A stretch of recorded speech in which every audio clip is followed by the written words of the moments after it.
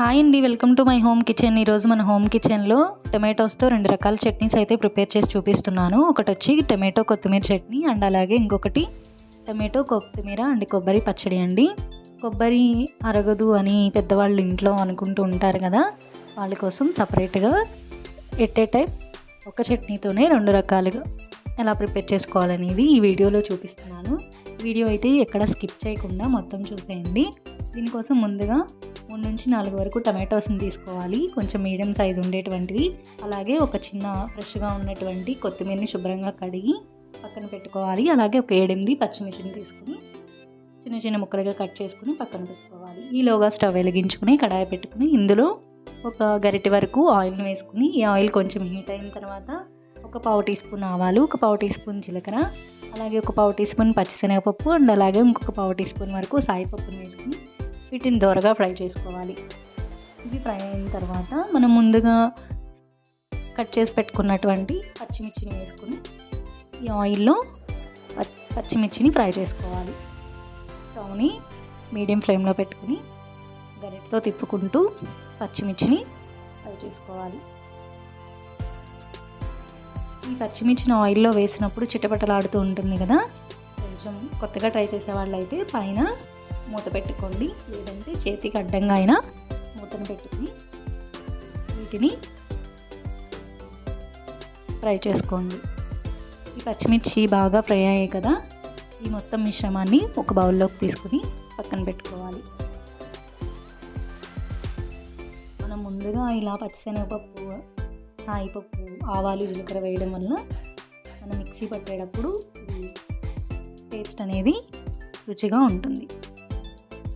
తర్వాత సేమ్ అదే కడాయిలోనే కొంచెం ఒక 1 స్పూన్ వరకు ఆయిల్ వేసుకుని, ఆల్రెడీ ఆయిల్ ఉంటుంది కదా, ఆయిల్లో ఈ టొమాటోస్ని ముక్కలుగా కట్ చేసుకుని వేసుకోవాలి. చూసారా టొమాటోస్ ఎంత ఫ్రెష్గా చాలా మంచి కలర్గా ఉన్నాయి కదా. తర్వాత ఇందులోనే ముందుగా శుభ్రంగా కడిగి పెట్టుకున్నటువంటి కొత్తిమీరని చిన్న చిన్న ముక్కలు కట్ చేసుకొని వేసుకోవాలి. అలాగే ఒక గుప్పుడు కరివేపాకుని కూడా వేసుకోవాలి. ఇవి టొమాటోస్ మగ్గడం కోసం ఒక టేబుల్ స్పూన్ వరకు సాల్ట్ని వేసుకోవాలి. చట్నీస్లో సాల్ట్ కొంచెం ఎక్కువే పడుతుంది.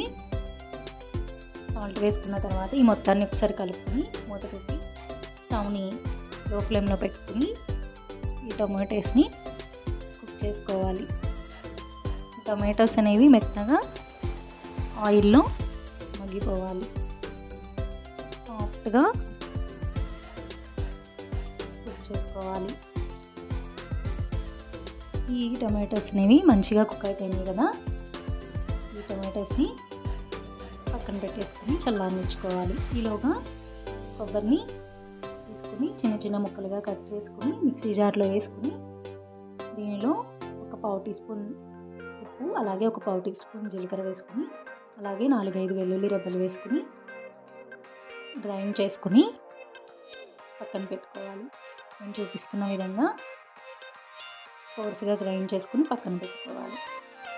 ఇప్పుడు ఆ కొబ్బరిని ఒక గిన్నెలోకి టర్న్ చేసుకుని సేమ్ అదే మిక్సీ జార్లో మనం ముందుగా వేయించుకున్నటువంటి పచ్చిమిర్చి, అలాగే ఒక పావు టీ స్పూన్ జీలకర్ర, ఒక 5-6 వెల్లుల్లి వేసి గ్రైండ్ చేసుకోవాలి. ఇది కచ్చాపచ్చాగా గ్రైండ్ అయిన తర్వాత ముందుగా మనం కుక్ చేసి పెట్టుకున్నటువంటి టమాటో మిశ్రమాన్ని ఇందులో వేసుకోవాలి.